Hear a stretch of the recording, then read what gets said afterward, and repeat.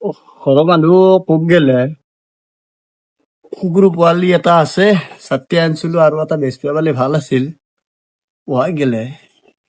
দাদা হাও বেপাৰী দেখোন বহুত দিনৰ মূৰত দেখোন আজি আজি কি বেচি আনছা কুত্তাৰ বাচ্চা আপুনি মোক কিয় মাৰিলে তই কাক কুত্তাৰ বাচ্চা বুলি কৈছে আপোনাক মই কুত্তাৰ বাচ্চা বুলি কোৱা নাই নহয় আপুনি মোক কৈছে ঐ বেপাৰী কি আনছা মই কৈছো যে কুত্তাৰ বাচ্চা চাওক চাওক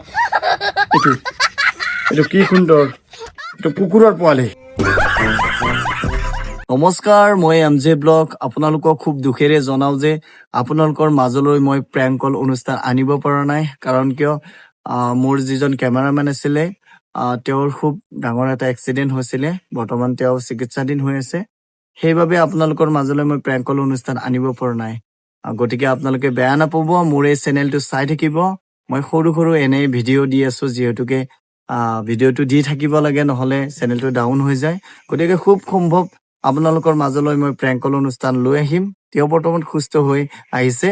গতিকে আপোনালোকে মোৰ চেনেলটো চাই থাকিব আৰু যিসকলে এতিয়াও ছাবস্ক্ৰাইব কৰা নাই ছাবস্ক্ৰাইব কৰি দিব ধন্যবাদ